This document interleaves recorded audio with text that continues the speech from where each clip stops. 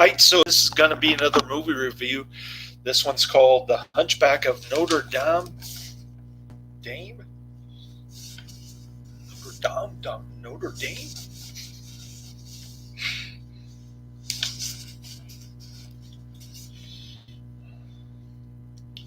$1939. I'm giving this 5 out of 5 stars. I love this flick. I thought Charles Laughton was great as the Hunchback. Lon Chaney was great also, but they didn't put Charles Laughton's makeup on any of the RKO promotional materials. I guess they wanted to hide it, but it's in the trailer. So that was kind of interesting. Yeah, it's long, an hour 55 minutes, I think. And I posted a link to the movie in the trailer in the description box. If you want to check it out, you got to pay YouTube. Because when I clicked on the free version, it took me to the Lon Chaney movie. A little false advertising clickbait going on there. I went back and I checked out the Hampden Center job. It's actually weekend only, part-time, so that's not going to work. For Tuesday, Wednesday, and Thursday, part-time. That's going to be tricky. Or full-time, early start throughout the whole week. So Tuesday, I'll pull up ZipRecruiter and LinkedIn. Indeed, start looking for jobs on those job boards. It's gonna take me a few months, but I will divest my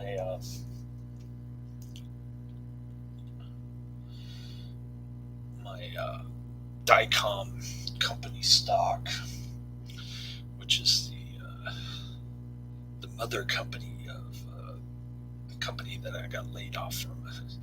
I did that when it started, when I gave my 3 days notice back in 2017 or whatever it was.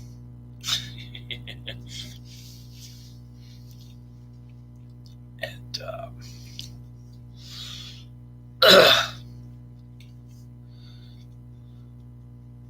I guess it'll keep me going for about a couple weeks. And then I'll start falling behind on bills and stuff. Unless I can find a quickie graveyard job somewhere. Not on the weekend, which is going to be tricky again. Might take me a while, but I'll spend a lot of time on Tuesday looking. I also got to roll over my 401k on Monday, and I got to file that not on Monday, on Tuesday. Tomorrow I'm working 10 plus hours. I'm busy, so I'm just resting today and procrastinating. Tuesday I got to file the complaint with the California Labor Board. So I'm going to be busy Tuesday, not doing work, but trying to find work and taking care of wrapping up some errands that I have to do. I just got to figure out what the sister company of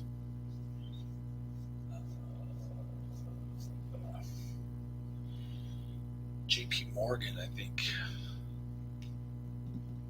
Or is it?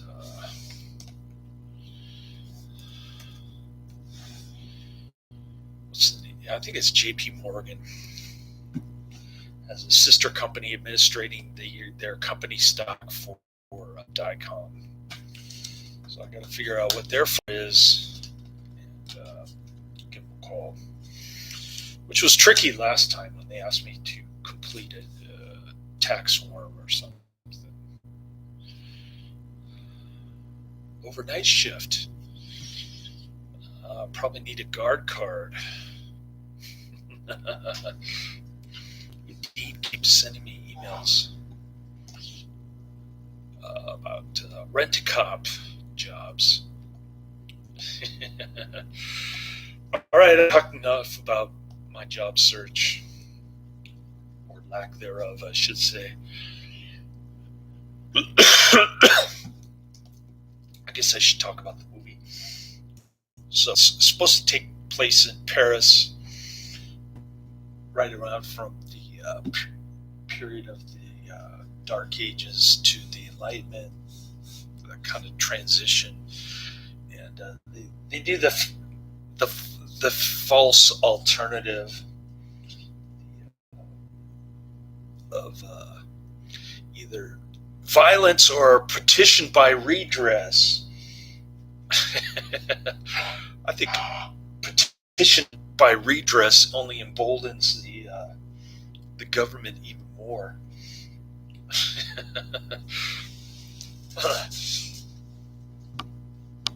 I mean, the Constitution held the government back somewhat for about 100 years, and Lincoln, or less than 100 years, and then Lincoln kind of trashed the Constitution, and the trend continued in the 20th century until today. So redress of government really doesn't help. I don't know what good it did to sever ties from Great Britain.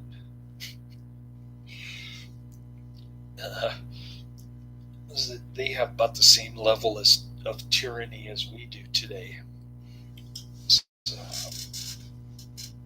So I wasn't too impressed by that.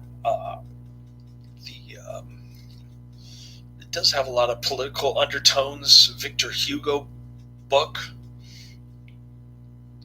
by the same name, I guess. 29 graveyard shifts. Oh, okay. Maybe I'll work for the SPCA.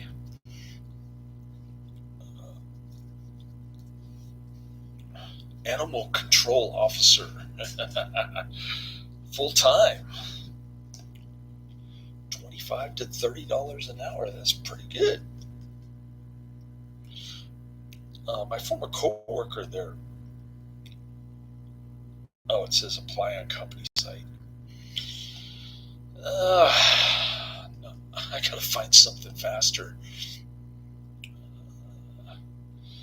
Anyways, I'm just glancing at my email. Sorry, I'm getting distracted. Black suit required, unarmed security officer. Front desk overnight. In Nevada.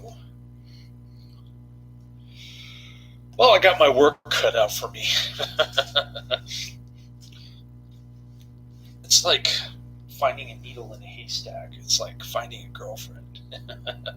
It's going to take a while. But what else can I say about the Hunchback? Oh, yeah. I better talk about the story, huh?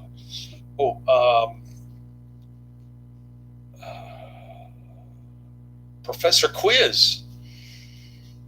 He warned me to watch it in parts. So I watched the first hour, then took a little nappy poo, cooked some lunch, and then I watched the second hour. And I didn't think it was too terribly long. He said it would 2-hour movie feels like a 4-hour movie. I didn't feel that way. Maybe that's because I took his advice and I watched it in parts. But it starts out with the Festival of Fools. Quasimodo is crowned as the King of Fools. Wears a jester's cap. And he's hanging out with the bells. He's gone deaf, but he can still talk because the bell made him deaf, one of the bells. And the Archbishop of Paris, he's got Quasimodo ringing the bells for him. Played by Charles Laughton. Probably his best role ever, at least according to the trailer.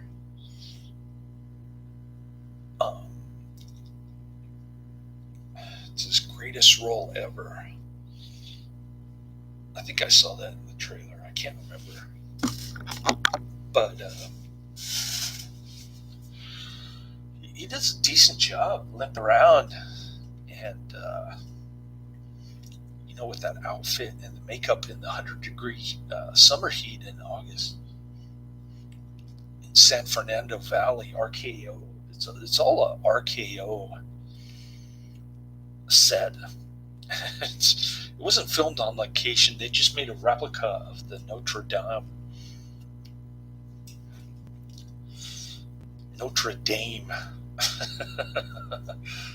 I'm not sure which one it is. But pretty impressive looking cinematography there. I liked it when Quasimodo scooped up Esmeralda. That was a great scene with the stuntman. And then he goes, "Sanctuary!" And he holds her up like this. Maureen O'Hara said she was in the hands of the stunt guy. And if it wasn't for the stunt guy, she would have fallen 100 feet to her death. All right. So Quasimodo is ringing the bells. He's hanging out.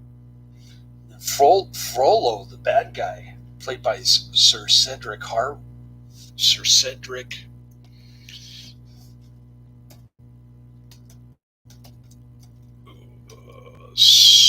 Cedric Hardwicke. Yeah, that's his name. I said it right. He was in a bunch of movies that I can't remember. But great cast. It's Maureen O'Hara's film debut. I don't think I've seen any of her other movies. I could be wrong. She looks familiar, but I didn't put her name in the description box because I don't remember which movie she was in that I saw. Anyways, Frollo is the Archbishop's brother, and he's scheming against Esmeralda, the gypsy who's being mistreated because she doesn't have a permit or something. And so she goes to the church for sanctuary. She prays to the Holy Mother, and then Frollo's telling her that she's a heathen, a gypsy. He wants to go after the gypsies, but he's in love with her. He's got the hots for her. So he hates gypsies, but he's got the hots for her. He orders Quasimodo to grab Esmeralda. And so Quasimodo gets caught. And Esmeralda's future husband is kind of putzing around. He's supposed to be like an Enlightenment dude, but I wasn't too impressed with what he's saying. He keeps talking about the future and petitioning the government for redress and the printing press and all this kind of thing. All the great inventions of the Gutenberg. So So he's kind of putzing around with the beggars and the thieves, and he gets caught by the king of the beggars. Another famous actor plays that role, and he's going to be hanged because he's not a beggar or a thief, and he kind of invaded their territory, or he kind of fell by the wayside. So he's about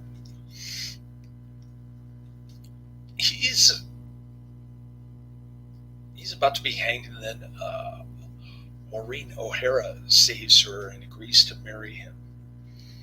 But she's in love with the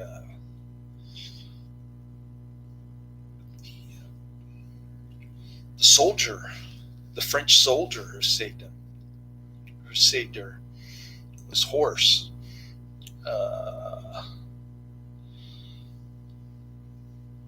So she tells him that they can be friends, and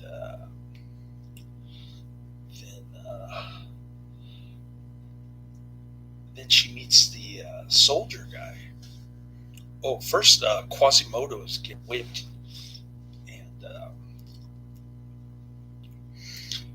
and spun around, disgraced in the public square. Then Esmeralda gives him some water. He's calling out for water, and Esmeralda gives him water. Esmeralda kisses the soldier guy. Frollo kills the soldier guy, and Maureen O'Hara has the knife in her hand. I don't know why, but they kind of torture her into a confession, and Frollo does. He's like the judge of the court. He wants her to die because he told his brother, the archbishop, that she bewitched him. It was her fault that he killed the soldier.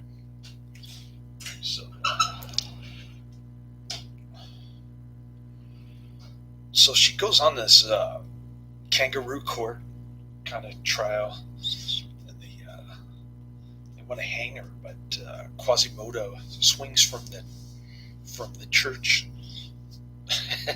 knocks down the hangman guy, the executioner, and then he grabs her and swings her back into the church, and he goes, "Sanctuary." That's a great scene. The ending is great too.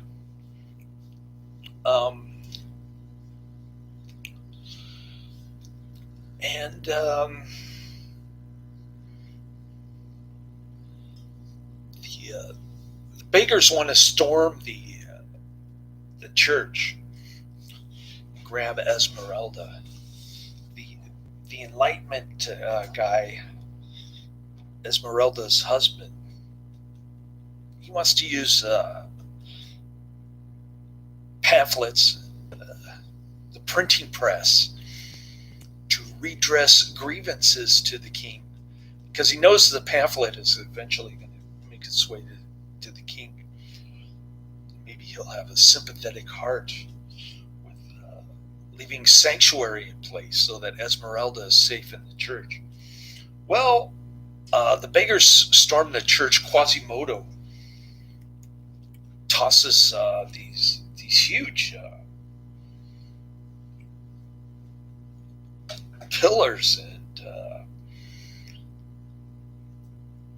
he pours hot liquid on them or something to prevent them from storming the church. Then Frollo starts running around after Esmeralda. He attacks Quasimodo with the knife, and Quasimodo just tosses him over the church, so he's dead. And like I said, great ending. Highly recommended. Check it out. I was kind of anticipating this one because I had seen the Lon Chaney version, which I did love very much, as much as this one, really. So it's kind of cool that there's a silent version and a talkie version with the loud bells and everything. The sound was pretty decent. It had some bonus features, just some actor biographies, which I actually paid attention to, so I could put their names in the description box, because I did recognize one of the a lot of the movies that they were in. I saw The Garden of Allah. I didn't even realize that one of the actors was in The Garden of Allah, so I added his name to the Garden of Allah description box movie review. All right, so I guess I'll check out this. Well, maybe I'll take a little nap. I might have time on Tuesday to watch some Netflix. If I can score an interview, which is my goal on Tuesday. I want to score at least one interview a day, so that I can. And I got plenty of time to go on the interviews. That's that's the good thing. So it's going to be a challenge, just like finding a new place to live. We're dealing with that dang car accident that I had to deal with. But I think my biggest challenge is finding a girlfriend. That's never going to happen for as long as I live at the rate I'm going. I haven't had a girlfriend since 2017. It's been like 3 years and 9 months or something. Something crazy. I don't know. No, it's been longer than that. It's been like 5 years. It's nuts. Maybe 4 years, 9 months, or 4 years. I don't remember. It's been so long. I can't give the precise amount of time since I've had a girlfriend. It's been a long time. All right. So let's see what I got coming down the pike on Netflix. I forgot to mention that. I keep babbling about this, that, and the other instead of movies. Sorry. You have to put up with my babbling.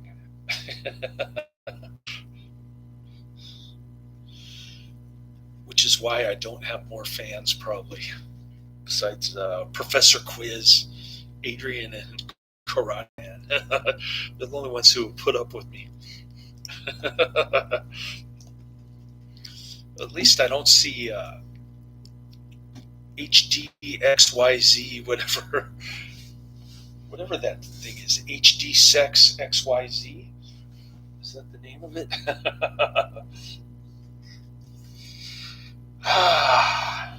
The crazy spam bot from earlier this morning. So I got my sweet and sour soup this morning, followed by steak. I just cooked 2 steaks, one for him and one for me. I think his steak was smaller and probably fresher because I left my steak in the car all day yesterday.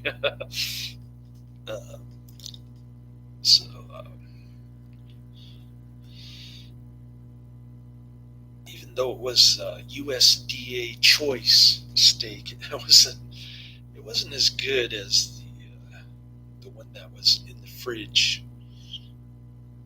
All right. So this is what I got coming next week. Julius Caesar, 1953. Marlon Brando. James Mason. Sir John Gielgud. That should be pretty good. It's based on William Shakespeare's classic play. And I got Key Largo, 1948. Humphrey Bogart and Lauren Bacall. Edward G. Robinson. That looks pretty decent. Something about a hurricane. Kings Row. Ronald Reagan. 1942.